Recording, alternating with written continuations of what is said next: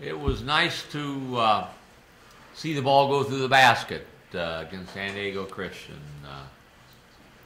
I like not only the fact that we won the game, but I thought we competed at a really high level, which was extremely important. Far from perfect.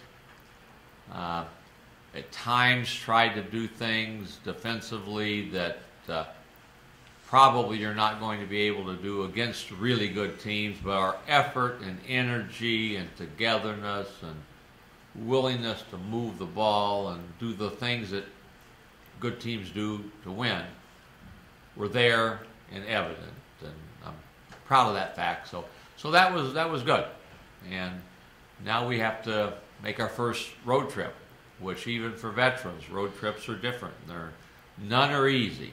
So that will be our next challenge, but I felt good about last night. Anything for Chase or Xavier? Chase, after that Syracuse loss, coming back, getting that good win, well, it'll always stay in the back of your head, that Syracuse team, how tough it was, even though you beat a team like Santa Cruz the way you did. Say that again? Well, the loss to Syracuse always keep you guys even keeled, like never overly confident, because you guys know you always have to be that good. Definitely. I mean, that really grounded us and really made us measure our team versus a top-ranked team like Syracuse. But like I said before, we just look from that experience playing Syracuse. I mean, a lot of teams are not going to be like Syracuse in our league or the teams we play on. So we just got to learn from that game and just go out and forward and keep playing hard like we did that game with hitting the boards and really attacking the team with that height and that size of them. Have you taken a look at your next opponent, your road game there? Not yet. Haven't got to look at film yet, but in practice today, I'm sure the coaches will have us prepare for Missouri State. And what are the specific challenges of going all the way to Springfield, Missouri this early in the season? Well, like Coach said, it's our first road trip, so for the new guys as well, Skyler and a few other transfers, JJ, it's going to be new, and also for us, so we just got to go out there and play hard, and I'm sure the coaches have us prepared. What did you learn from previous road trips last year at the beginning of the season that would, are you taking more of a leadership role, like this is what we have to do in order to be successful? Thanks. Well, yeah, me and Chase and Jamal, Rayhan, and Sean, like Coach said, are leaders of the team, but Coach will have us prepared, like I just said, have us ready for the road trip against a good Missouri State team. Could you give us an update, Coach, on the Winston Shepard situation?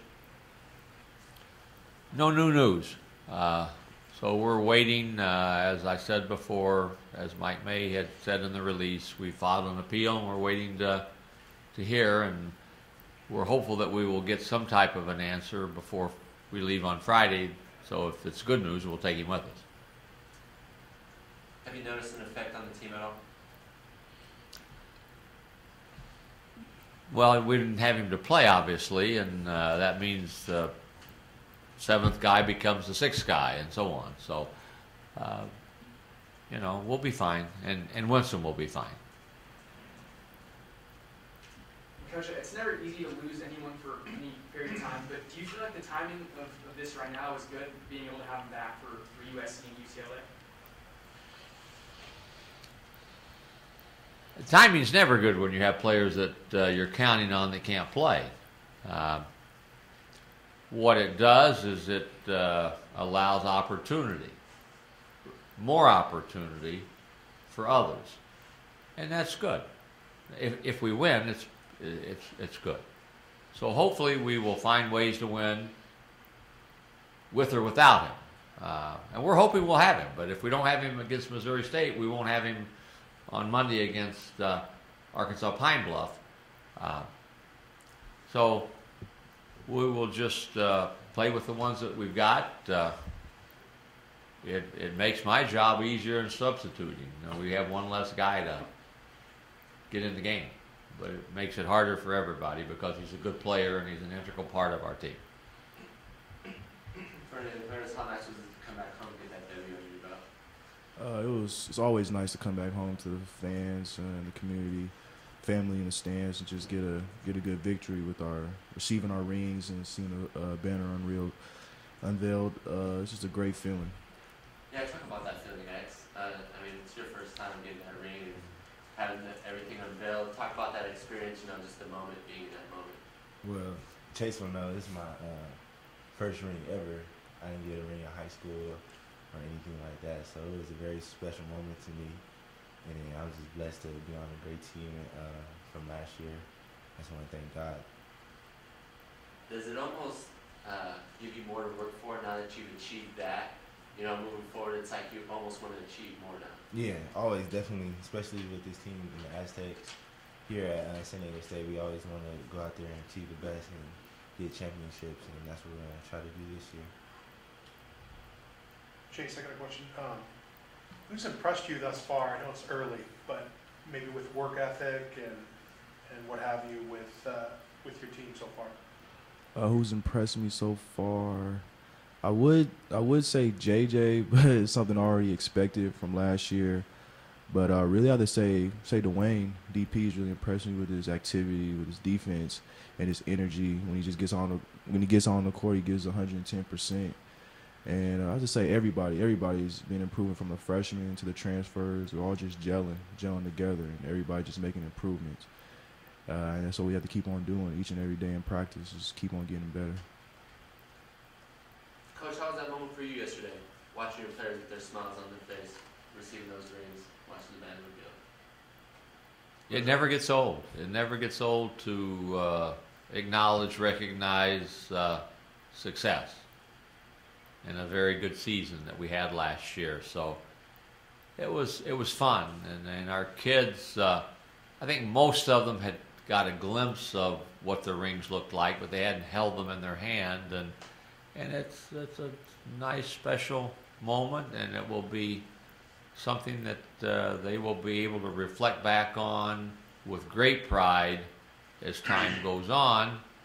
And we talked about this needs to be added incentive to have this not be their last, that there's more to come. But it was fun, and I'm sure all of us reflected a little bit on a moment or two as the banner was unveiled, something that happened a year ago that allowed us to be able to hang that in a tough league, right down to the wire, to be able to do that. So it was neat. Coach, what do you remember about the last time you went to Missouri State, about that trip? I remember that I'm the only guy that used tickets. I had family and friends from the Midwest that all came, and I also remember that Brandon Heath did what Brandon Heath can do. It was an NIT game to get a chance to play Syracuse the first time, and Brandon made a spectacular basket to allow us to win the game, and it was immensely exciting for us. You weren't there, were you, Chase? No. I think I was the only one of the three of us that who was there, and it was very, very neat. People say it's a very hard place to go play. Why is it? Is it a tough arena to play in, or is it? At that time, I think the arena was relatively new. Even though maybe you would not say recent history has been really good.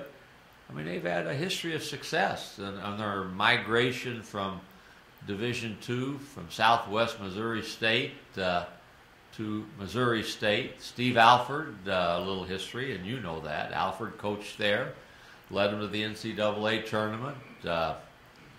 Barry Hickson was the coach at the time. He's now coach at Southern Illinois University. Sometimes strange things happen.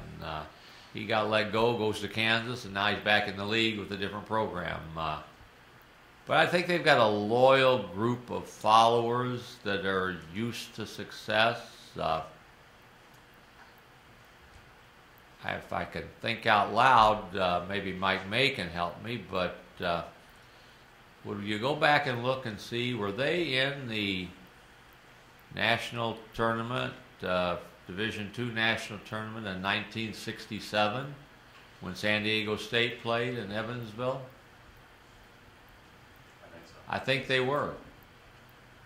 And I think I was a seldom used reserve on the Illinois State team that played them. But I don't remember that. I remember the coach didn't like me and didn't play me enough. I do know that. Anything else?